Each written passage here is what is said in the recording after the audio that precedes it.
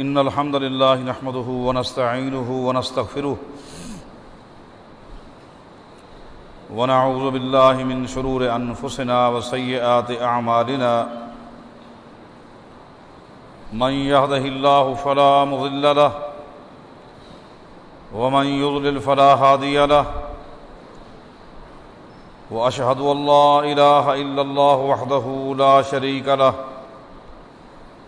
وأشهد أن محمدًا عبده ورسوله اللهم صل على محمد وعلى آل محمد كما صليت على إبراهيم وعلى آل إبراهيم إنك حميد مجيد اللهم بارك على محمد وعلى آل محمد كما باركت على إبراهيم وعلى آل إبراهيم إنك حميد مجيد أما بعد فإن خير الحديث كتاب الله وخير الهدي هدي محمد صلى الله عليه وسلم وشر الأمور محدثاتها وكل محدثة بدعة وكل بدعة ضلالة وكل ضلالة في النار أعوذ بالله من الشيطان الرجيم بسم الله الرحمن الرحيم يا أيها الناس اتقوا ربكم الذي خلقكم من نفس واحدة وخلق منها زوجها وبث منهما رجالا كثيرا ونساء واتقوا الله الذي تساءلون به والأرحام إن الله كان عليكم رقيبا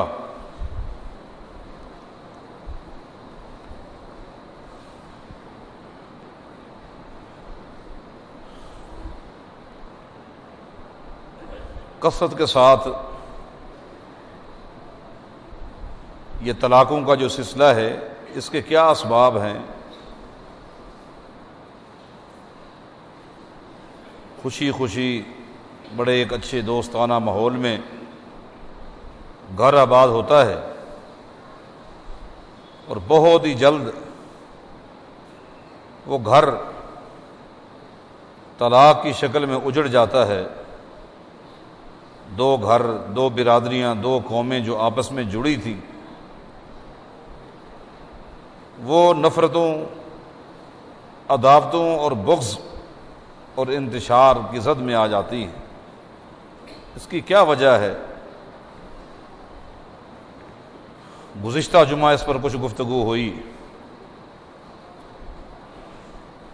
صرف طلاق کا مسئلہ ہی نہیں سمجھانا، ہر ممکن کوشش یہ کرنی چاہیے کہ گھر کو آباد کیا جائے اور بربادی کے جو اسباب ہیں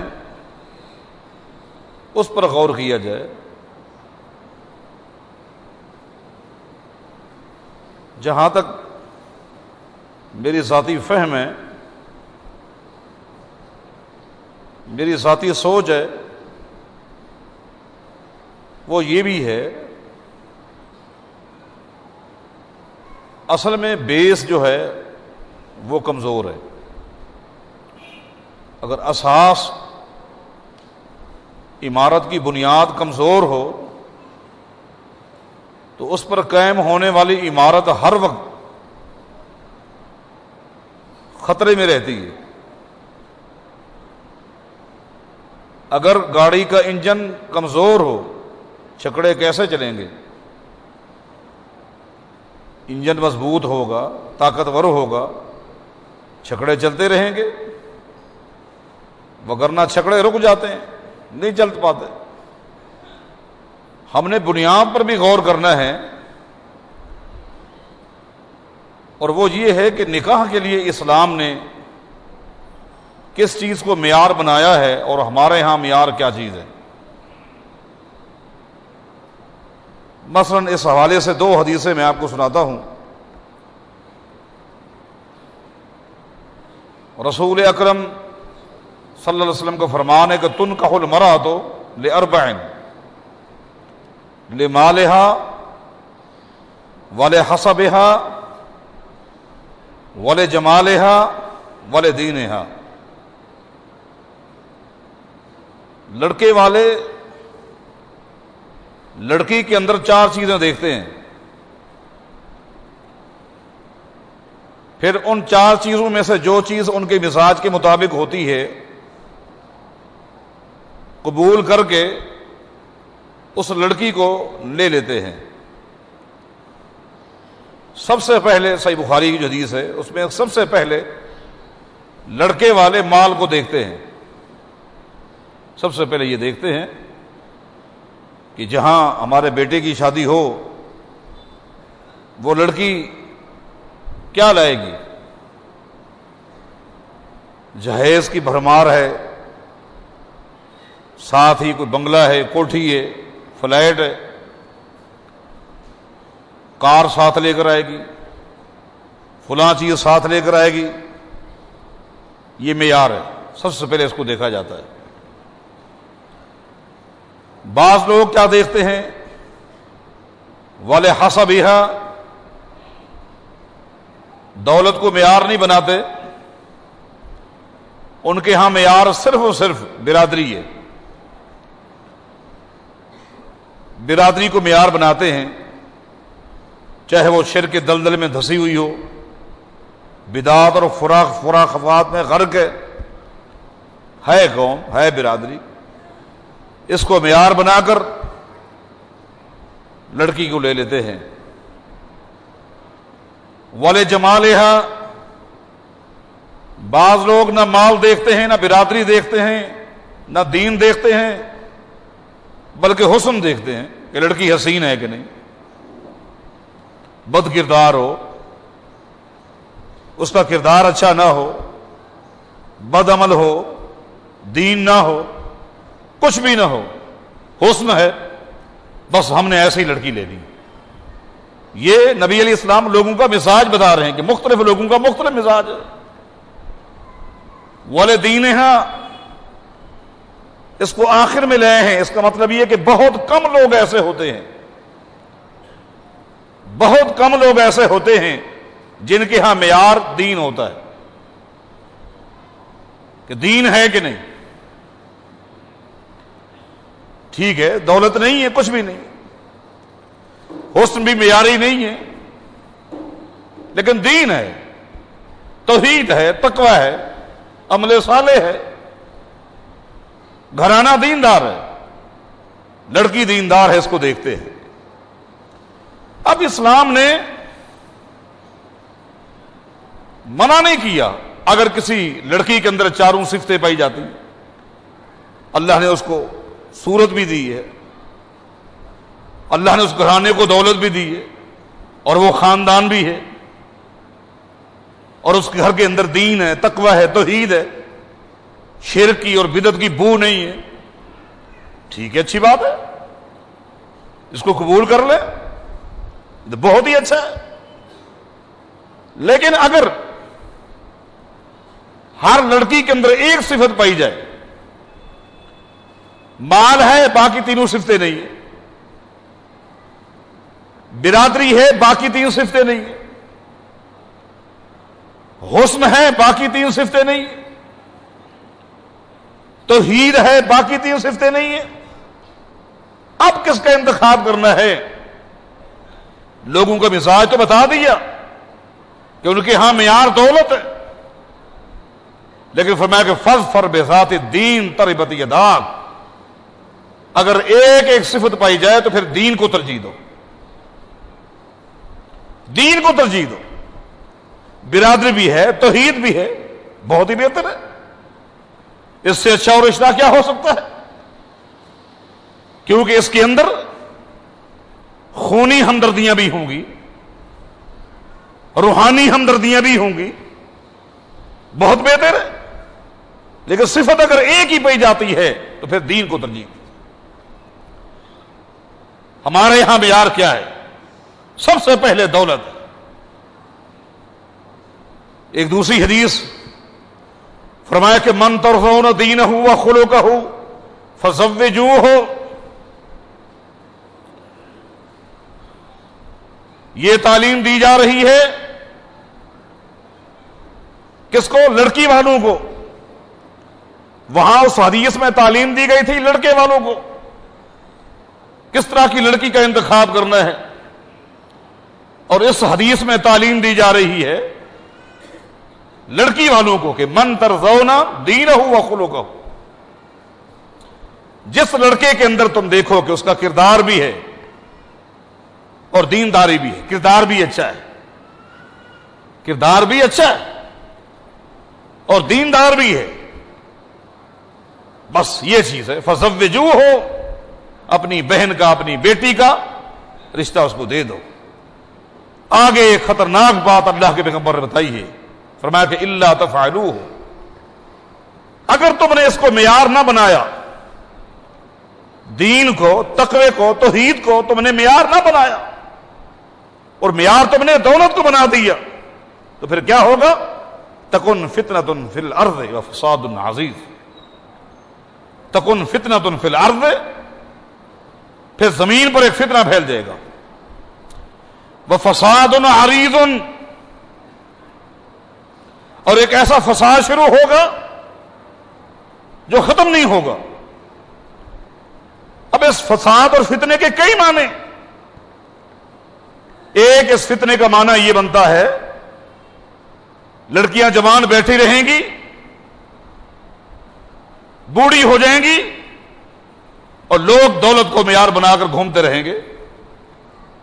شرافت ہے، برادری ہے، حسن ہے، عقیدہ ہے، سب کچھ ہے، دولت نہیں ہے. اب ایک فتنہ تو یہ ہے کہ لڑکیاں جوان بیٹھی ہیں، 20 سال کی عمر ہو گئی، 30 سال کی عمر ہو گئی، 40 سال کی، بیچاری بوڑھی ہو گئی، کہیں سے کوئی پیغام نہیں آ رہا.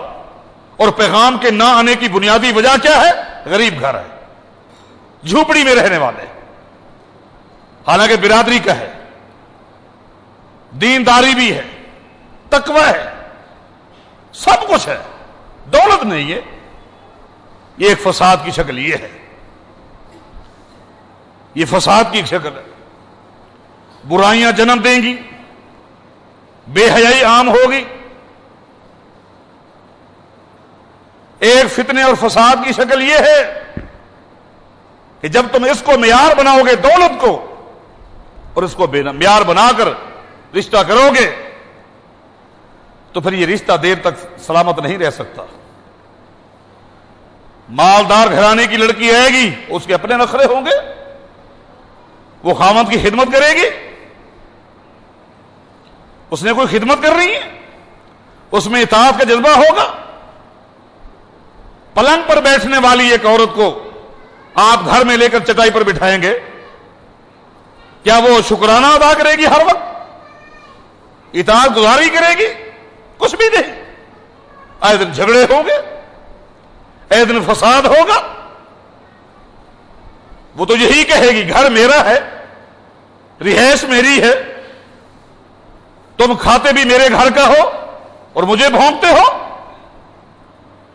یہ گاڑی میرے باپ نے دی ہے، یہ گھر میرے باپ نے لے کر دیا ہے، یہ برتن میرے ہیں. فساد ہوگا روزانہ. اس کو اگر تم نے معیار بنایا، تکن فتنۃ فی الارض، زمین پر فتنہ پھیل جائے گا. اور یہ فتنے ہیں. بنیادی اسباب میں سے ایک اہم ترین سبب یہی ہے کہ اسلام نے نکاح کے لیے کس چیز کو معیار بنایا ہے، اور ہمارے ہاں معیار کیا چیز ہے. ہماری آنکھیں کہیں ہیں. میں چاہتی ہوں کہ میری بہو ایسی ہو. یہ خواتین کے جذبات ہوتے ہیں، ڈاکٹر ہو، یہ ہو، فلاں ہو، تاجرہ ہو، رئیسہ ہو. ادھر سے بھی مطالبے یہی ہوتے ہیں. میں اپنی بیٹی کے لیے ڈاکٹر کی تلاش میں ہوں، انجینئر کی تلاش میں ہوں، کسی بہت بڑے تاجر کی تلاش میں ہوں. یہ ہے معیار. اس معیار کی وجہ سے فتنے اور فساد بن گئے، رشتے قائم نہیں رہتے، ہمدردیاں نہیں رہتی. اور حقیقت بات یہ ہے کہ میرے دوستوں، میرے بھائیوں، میری بہنوں، آپ سوچ رہے ہوں گے کہ طلاق کے مسئلے کو اتنا لمبا کر دیا اس نے. لیکن جو کچھ کہہ رہا ہوں سنجیدگی کے ساتھ ان باتوں پر غور کریں. اگر دینداری ہمارے ہاں معیار بن جائے تو یہ جو رشتہ ہے بڑا مبارک رشتہ ہے, بڑا پاکیزہ رشتہ ہے. قرآن کریم نے اس رشتے کے لیے جو لفظ استعمال کیا ہے, یہ لفظ پورے اسلام کے اندر مجھے کسی اور رشتے کے لیے ملا ہی نہیں.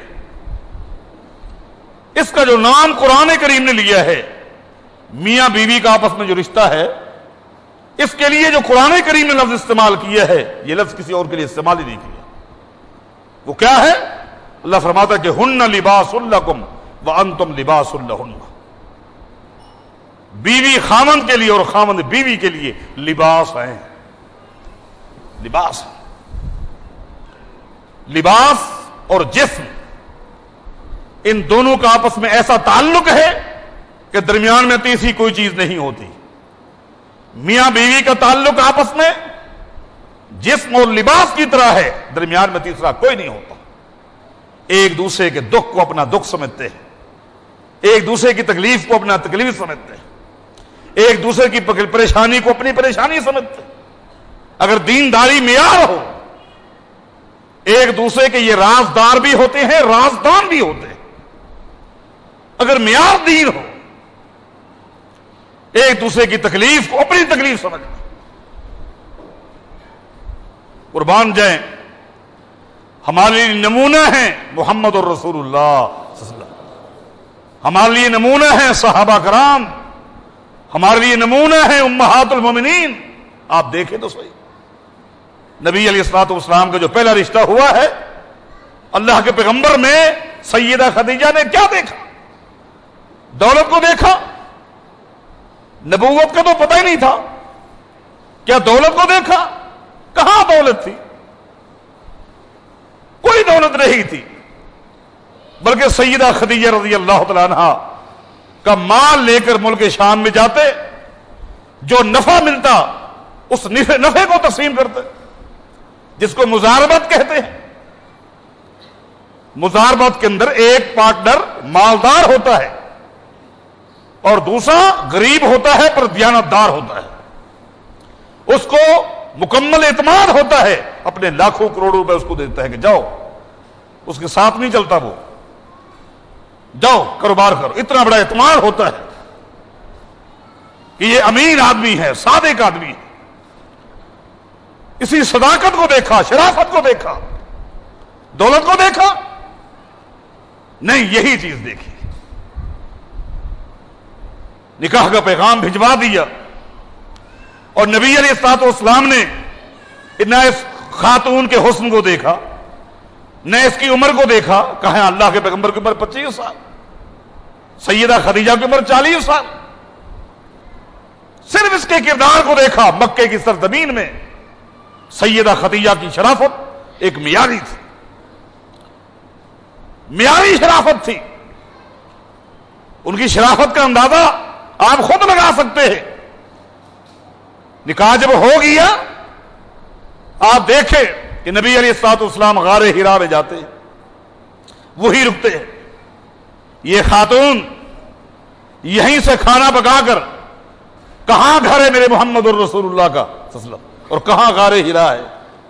سفر کو دیکھیں تو صحیح, پیدل خاتون جاتی ہے اور پھر جبل نور, وہ پہاڑ, اس پہاڑ پہ چڑھتی ہے. عمر اس وقت کیا ہے؟ 55 سال ہے.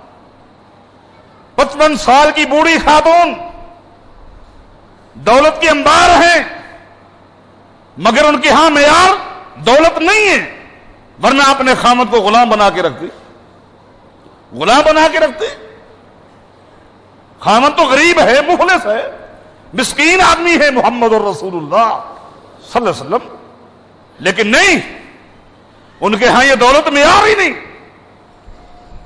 کتنا سفر طے کر کے جاتی ہے, خدمت کرتی ہے, کپڑے لے کے جاتی, کھانا پکا کے لے جاتی ہے وہاں پر.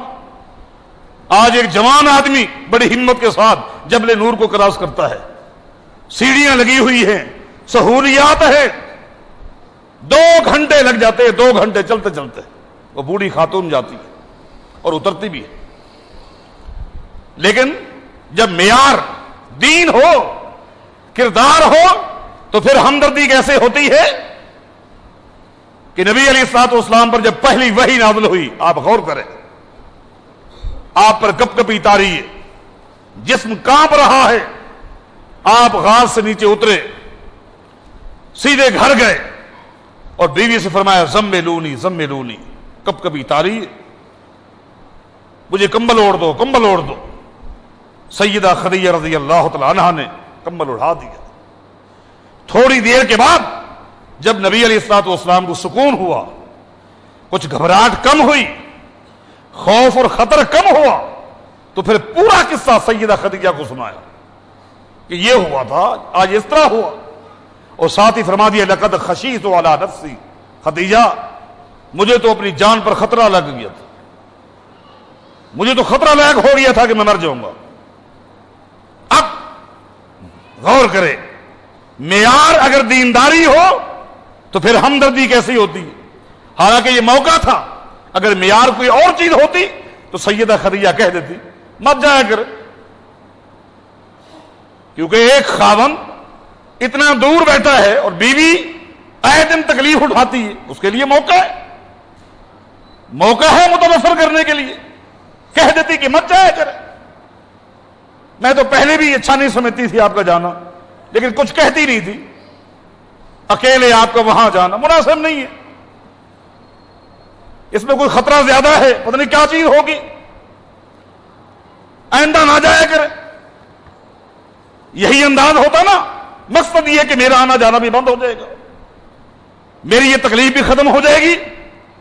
لیکن دینداری اگر معیار ہو، اگلے کے دکھ کو اپنا دکھ سمجھ جاتا ہے، اگلے کی تکلیف کو اپنی تکلیف سمجھ جاتی ہے۔ کیا کہا؟ کاللہ ابشر، اے محمد صلی اللہ علیہ وسلم پریشان نہ ہوں، یہ جو آپ کہتے ہیں کہ مجھے اپنی جان کا خطرہ ہو گیا تھا، ابشر نہیں، اللہ کی قسم اس میں اللہ کی طرف سے کوئی خوشخبری ہے۔ سبحان اللہ، یہ ہے دل جیتنے کا انداز، ابشر، اس میں کوئی خوشخبری ہے۔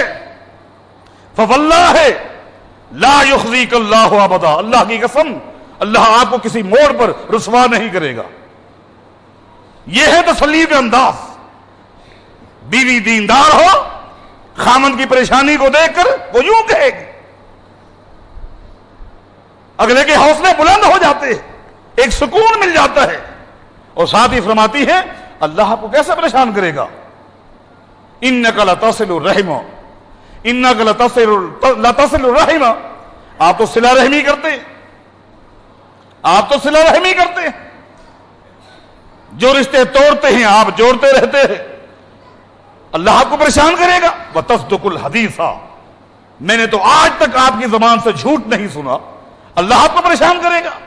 اللہ اکبر، یہاں اللہ کے پیغمبر کی سیرت بھی کتنی پاکیزہ بیان ہو رہی ہے۔ وتصدق الحدیث، آپ تو ہمیشہ سچ بولتے ہیں۔ وتحمل الکلّ، آپ جب کسی کمزور کو دیکھتے ہیں کہ لوڈ اٹھا کے جا رہا ہے اور تھکا ہے، اور فوراً اپنے سر پر اٹھا لیتے ہیں۔ کیا ایسے بندے کو اللہ پریشان کرے گا؟ بھئی ایک آدمی گٹھلی وزنی سر پہ اٹھا کر گھر جا رہا ہے، پسینہ پسینہ ہے، آپ بھاگ کر آگے جاتے ہیں اور آپ اپنے سر پہ اٹھا لیتے ہیں، ایسے بندے کو اللہ پریشان کرے گا۔ وَتَكْسِبُ الْمَعْدُومَ، آپ کی ماضی کس طرح گزری ہے، آپ کما کے لاتے تھے اور دیکھتے تھے کہ اور غریب کون ہیں، کمائی آپ کی ہوتی اور تقسیم غریبوں میں کرتے تھے، اللہ آپ کو پریشان کرے گا۔ وَتَكْسِبُ الْمَعْدُومَ وَتَكْرِهُ الضَّيْفَ، مکے کی سرزمین میں جہاں سارے ڈاکو لٹیرے رہتے ہیں، آپ تو مہمان نواز ہیں، مہمان نواز کو اللہ پریشان کرے گا۔ سبحان اللہ، اللہ کے پیغمبر کو کیسا سکون مل رہا ہے، کیسی پاکیزہ پیاری بیوی ہے، ایک راحت مل رہی ہے۔ پریشان ہو کر آئے تھے، پسینے میں شرابور تھے، بیوی کا پاکیزہ لیکچر، گفتگو، یہ ہے سکون جو قرآن کریم نے کہا کہ یہ بیوی جو ہے خامند کے لیے سکون ہے، یہ ہے سکون۔ وَتُعِينُ عَلَى نَوَائِبِ الْحَقِّ، آپ تو ہمیشہ حق والوں کو ساتھ دیتے ہیں، آپ پریشان نہ ہوں۔ مزید اپنے خامند کو سکون پہنچانے کے لیے اپنے چچا زاد بھائی ورقہ بن نوفل کے پاس سیدہ خدیجہ لے کر گئی، جو ایک بہت بڑا عیسائی عالم تھا، اور جا کر کہا کہ ذرا محمد کی بات تو سنیں صلی اللہ علیہ وسلم، یہ کیا کہتے ہیں؟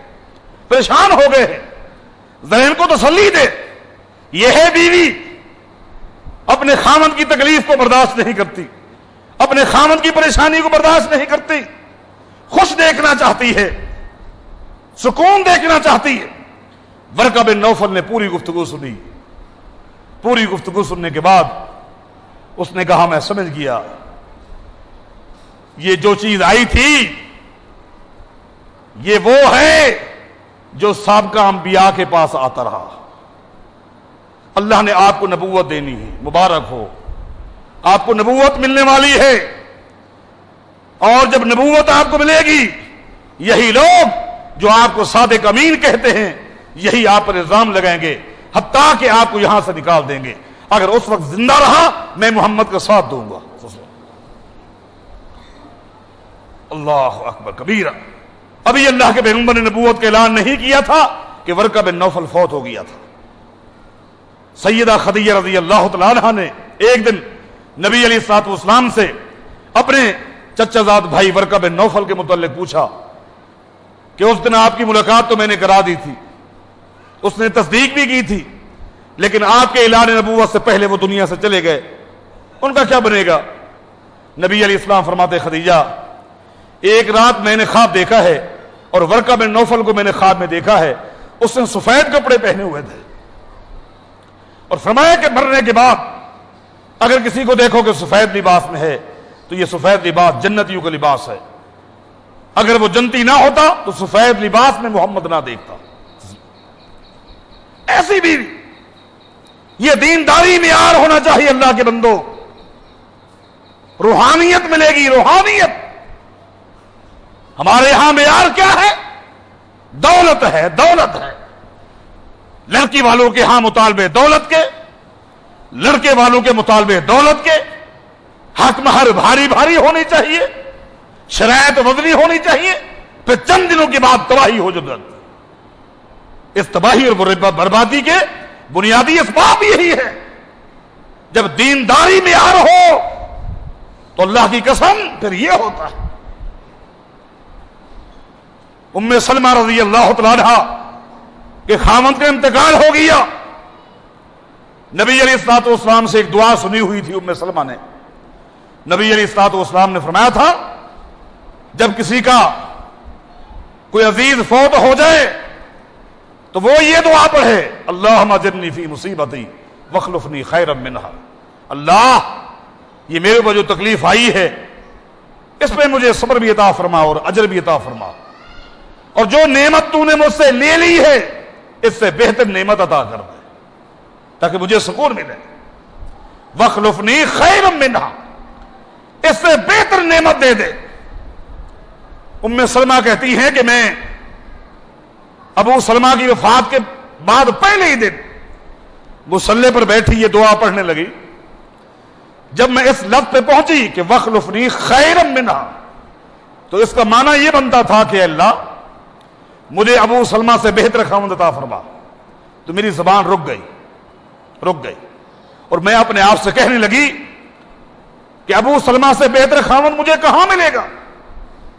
ایسا اخلاق والا، ایسی سیرت والا، ایسے کردار والا ابو سلمہ جس میں غصے نام کی کوئی چیز نہیں تھی، ایسا خاوند کہاں ملے گا اس سے بہتر؟ ام سلمہ کہتی ہیں کہ پھر میں نے اپنے آپ کو سمجھایا اس سے بہتر خاوند ملے یا نہ ملے دعا پڑھنی چاہیے کہ یہ تعلیم ہے محمد الرسول اللہ کی۔ میں 4 مہینے 10 دن یہ دعا پڑھتی رہی، 4 مہینے 10 دن تک، عدت کے دن ہے نا، عدت تک یہ دعا پڑھتی رہی۔ بس عدت کے دن ختم ہوئے، میرے دروازے پر کسی نے دستک دی اور نکاح کا پیغام مجھ تک پہنچایا، اور وہ نکاح کا پیغام کس کی طرف سے تھا؟ محمد الرسول اللہ کی طرف سے تھا، قربان جائے۔ ام سلمہ کہا کرتی تھی ابو سلمہ تقوی کے پہاڑ تھے، کچھ بھی تھے لیکن امتی تھے، اللہ نے مجھے امام نہیں امام الانبیاء محمد الرسول اللہ دے دیا۔ دینداری معیار تھی، پھر ہمدردیاں کیسے؟ ام سلمہ کہتی ہیں میں نے نبی علیہ الصلوۃ والسلام کو حدیبیہ کے موقع پر جتنا روتے ہوئے دیکھا پوری زندگی اللہ کے پیغمبر کو اتنا روتے ہوئے کبھی نہیں دیکھا. کب؟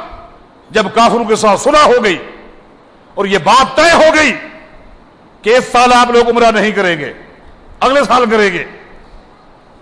صلح کے بعد نبی علیہ السلام نے صحابہ کرام کو فرمایا قوموا فانحروا ثم احلقوا. یہ الفاظ صحیح بخاری کے ہیں. کھڑے ہو جاؤ اور جو اپنے ساتھ جانور لے کر آئے ہیں جانور یہی ذبح کر دو، اور اس کے بعد جانور ذبح کرنے کے بعد اپنے سر مڈا دو، سر مڈا دو. کیونکہ عمرے کے بعد قربانی کرنا یہ بھی سنت ہے، فرض نہیں ہے، یہ بھی سنت ہے.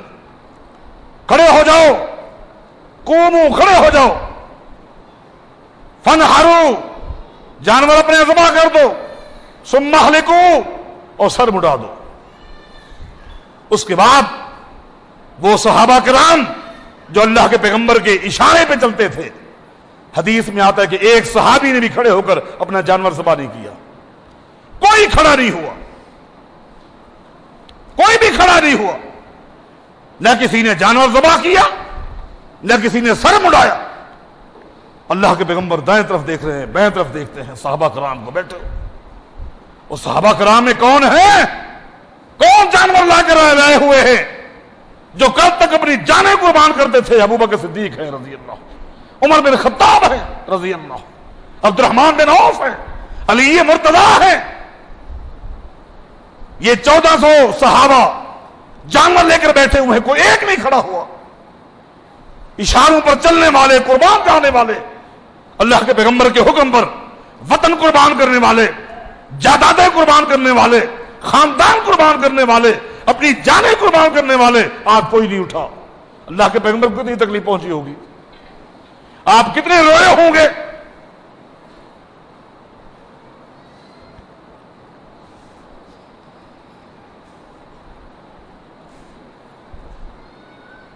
ام سلمہ کہتی ہے میں نے جب اللہ کے پیغمبر کو اپنے خیمے میں دیکھا مجھے یوں لگ رہا تھا کہ اللہ کے پیغمبر اپنے کپڑوں سمیت چشمے میں غوطہ لگا کر آئے، جبکہ وہ سارا آنسو ہی آنسو. اتنے رو خیمے میں آ کر بیٹھ جاتے ہیں. ام سلمہ نے پوچھا اللہ کے رسول کیا ہو گیا؟ فرماتے ام سلمہ ان لوگوں سے مجھے کیا امیدیں تھیں، میں نے کو حکم دیا ہے کوئی نہیں اٹھا.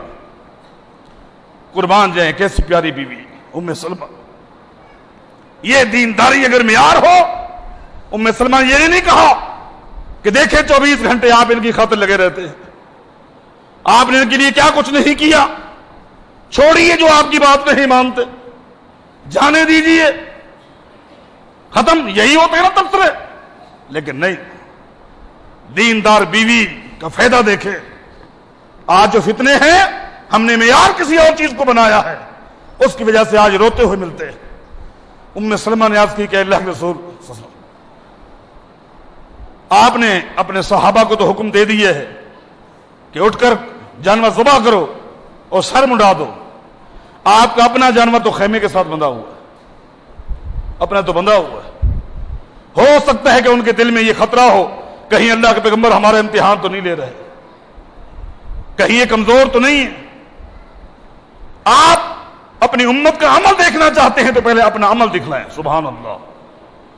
آپ خود عمل کریں. اب تو آپ نے کہا، اب میرا مشورہ یہ ہے کہ آپ ان کو کچھ نہ کہیں، کچھ بھی نہ کہیں. آپ اپنا مینڈھا کھولیں، اس کو ذبح کر دیں اور خاموشی کے ساتھ اپنے خیمے میں چلے جائیں. اللہ کے پیغمبر کھڑے ہو گئے. یہ ہے نیک دیندار بیوی کا فائدہ. آج ہر مسئلے میں ہم پریشان ہیں، باہر سے روتے ہوئے آتے ہیں، گھر کی اگلی کہانی سن کر اور رونا شروع ہو جاتے ہیں. باہر کمر ٹوٹی ہوتی ہے، گھر آ کر جو حصہ بچا ہوتا ہے وہ بھی برباد ہو جاتا ہے. نہ گھر میں سکون نہ باہر سکون. معیار کسی اور چیز کو بنایا ہوا ہے. ہماری بیس غلط ہے، بنیاد غلط ہے. نبی علیہ الصلوۃ والسلام باہر آئے، اپنے مینڈھے کو کھولا، چت لٹایا، تکبیر پڑھی، ذبح کر دیا. ابو داؤد کی حدیث ہے اور مسند احمد میں اللہ کے پیغمبر نے جانور ذبح کر کے جب مڑ کر دیکھا تمام صحابہ اپنے جانور ذبح کر چکے تھے. سبحان اللہ. تو معیار یہ ہونا چاہیے. ہمارے ہاں یہ معیار نہیں ہے. طلاقوں تک نوبت تو بعد میں آتی ہے, پہلے بنیاد تو دیکھے. کیوں عمارت تباہ ہو جاتی ہے؟ چھکڑے کیوں نہیں چل پاتے؟ ہمارے لیے معیار کیا ہے؟ دینداری ہے, تقویٰ ہے, اسلام ہے, توحید ہے, یا کوئی اور چیز ہے؟ معیار یہی ہونا چاہیے. ابو طلحہ نے ام سلیم کے پاس پیغام بھیجا. آپ نے بارہا سنا, ام سلیم بیوہ ہو چکی تھی رضی اللہ عنہ. ابو طلحہ مسلمان نہیں تھے, لیکن اس کی شرافت کا ایک ڈنکا تھا. پورے مدینے کی سرزمین میں ابو طلحہ جیسا شریف النفس آدمی کوئی نہیں تھا, لیکن تھا کافر. ام سلیم کی شرافت کو دیکھ کر پیغام بھیج دیا. ام سلیم نے کہا کہ ابو طلحہ, آپ جیسے شریف النفس آدمی کے پیغام کو ٹھکرانا اچھا تو نہیں لگتا, لیکن تیرے اور میرے درمیان ایک دیوار ہے, اور اس دیوار یہ ہے کہ تو کافر ہے, مسلمان. اگر تو کلمہ پڑھ لے, مجھے پتا ہے کہ مدینہ والے حق مہر میں بہت کچھ دیتے ہیں, اور تو کیونکہ پیغام میں ابو طلحہ نے اپنا باغ بھی بتایا تھا, ایک بہت بڑا باغ تھا, کہ ام سلیم کو کہو اگر میرے ساتھ نکاح کر لے یہ باغ حق مہر میں دے دوں گا. ام سلیم نے دولت کو معیار نہیں بنایا. فرمایا کہ ابو طلحہ یہ باغ اپنے پاس رکھ, اگر تو کلمہ پڑھ لے تو تیرا کلمہ جو ہے یہی میرے لیے حق مہر ہوگی. ابو طلحہ رضی اللہ تعالیٰ عنہ نے کلمہ پڑھ لیا, ام سلیم کے ساتھ نکاح ہو گیا. اور ام سلیم ہمیشہ کہا کرتی تھی جتنا قیمتی حق مہر میری ہے زمین پر کسی اور عورت کی نہیں ہے. اور تو نے حق مہر میں سونا لیا ہے, چاندی لیا ہے, باغات لیے ہیں, کوٹھیاں لی ہیں, اور ام سلیم نے حق مہر میں لا الہ الا اللہ محمد الرسول اللہ لی ہے. سبحان اللہ, کتنا پاکیزہ. اور رشتہ کیسا کام ہوا؟ معیار دین تھا, کیسی دوستی لگی. معیار یہی چیز ہوتی ہے. سیدہ اسماء بنت ابی بکر رضی اللہ تعالیٰ عنہ ہمیشہ روتی تھی اور کہتی تھی کہ میں زبیر کی خدمت نہیں کر سکی, زبیر کا حق ادا نہیں کر سکی. زبیر کی یہ گھر والی تھی, ابو بکر صدیق کی بیٹی ہے, اور زبیر رضی اللہ تعالیٰ عنہ جو اللہ کے پیغمبر کے پھوپھی زاد بھائی ہیں ان کی بیوی ہے. ان کی خدمت کا حق ادا نہیں کر سکی. حق ادا کیوں نہ کر سکی؟ کیا چیز رہ گئی تھی؟ حالانکہ اللہ کے پیغمبر نے زبیر رضی اللہ تعالیٰ عنہ کو جو زمین دی تھی وہ مدینہ سے کافی دور تھی, کئی میل دور تھی. اور سیدہ اسماء روزانہ زبیر کے جانوروں کے لیے گھاس کاٹنے کے لیے اسی زمین میں پیدل جاتی تھی اور گھاس کاٹ کے لاتی. اور عثمان غنی نے جو باغ خریدا تھا, عثمان غنی نے یہودی سے جو کنواں خریدا تھا, سیدہ اسماء اونٹنی پر سوار ہو کر اس کنویں پہ جاتی تھی اور پانی اکیلی نکالتی تھی اور پانی بھی لے کر آتی تھی, کھانا پکاتی. زبیر کے سارے کپڑے ان کی سلائی سیدہ اسماء کرتی تھی. خدمت کیوں نہ کی؟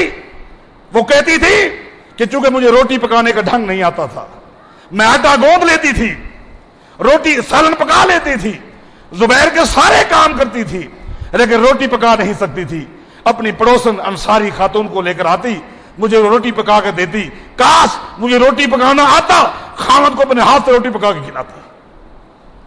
اتنی خدمت کے باوجود وہ کہتی ہے کہ میں خدمت نہیں کر سکتی. جب دینداری ہو خدمت بھی آ جاتی ہے, اطاعت بھی آ جاتی ہے, جذبہ بھی آ جاتا ہے, لیکن معیار دین ہو. جب معیار دنیا ہو حوالے دنیا کے آئیں گے, تانے دنیا کے ملیں گے اور فساد پھیلے گا. باتیں اور بہت ساری کرنی تھی, لیکن گھڑی کی رفتار اتنی تیز ہے. میں انشاءاللہ پھر اگلے جمعہ کچھ اسی پر باتیں کروں گا اور طلاق کا مسائل لے آؤں گا. اللہ تعالی ہم سب کے گھروں کو آباد فرمائے.